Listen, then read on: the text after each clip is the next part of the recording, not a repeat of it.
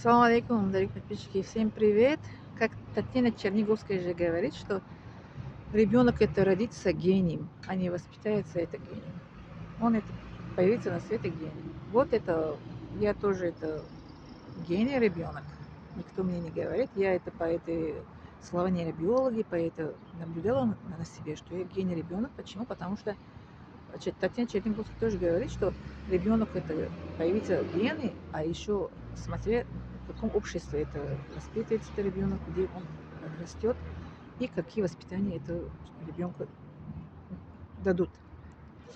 Мой папа, однако, сказал это мне, сестренка, если кто из вас четверть это заканчивает без троек, я вас на каникулы это заберу на самолет, хотите, это что-то кто-то летает на самолете или на поезде, на автобус, я вас это возьму путешествие. Моя сестренка сказала, а мне не надо, не хочу путешествовать.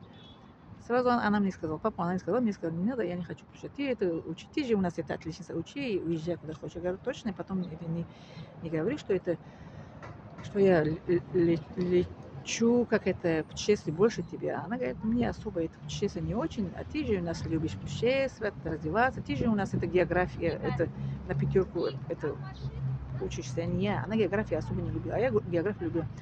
А по это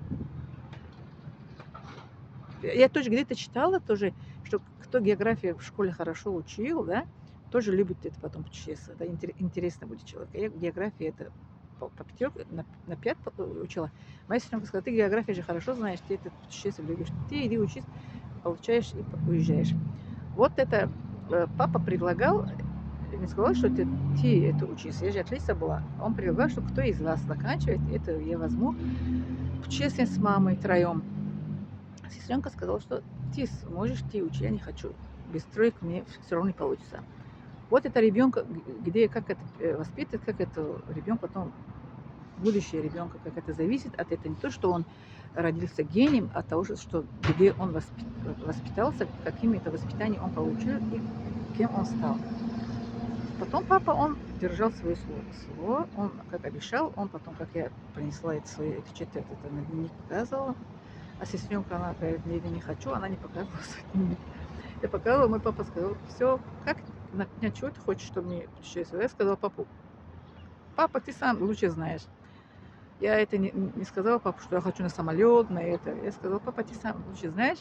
Самое главное, что я путешествовала, самое главное, что это с вами я это путешествовала. Вот так. Это зависит от того, что где ребенок, как это растет.